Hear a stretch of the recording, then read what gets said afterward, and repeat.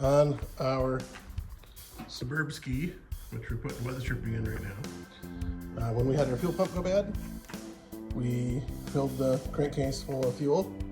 Got that taken care of. But look at the look at the sludge that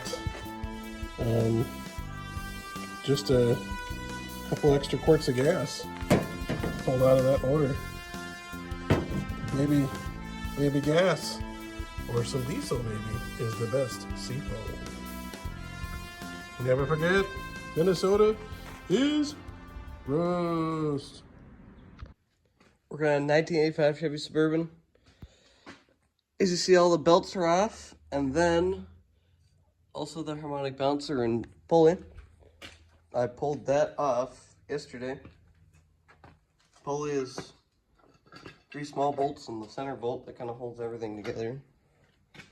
Here's the new one. This one is starting to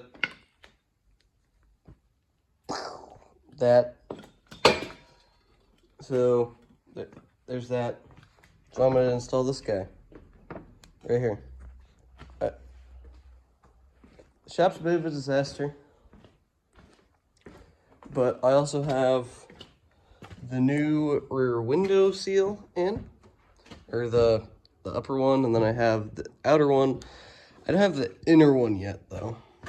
Well, I do, but I don't have it installed because you have to you're supposed to staple through a piece of steel, yes, into this. You're supposed to staple that onto that upper lip right there, and I don't have a stapler that'll do it, so I'm gonna drill holes and rivet it.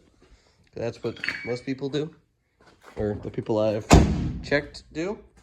So, borrowing a friend's rivet gun, because I can't find mine. Never used a pneumatic one before. But yeah, so I'm gonna install this.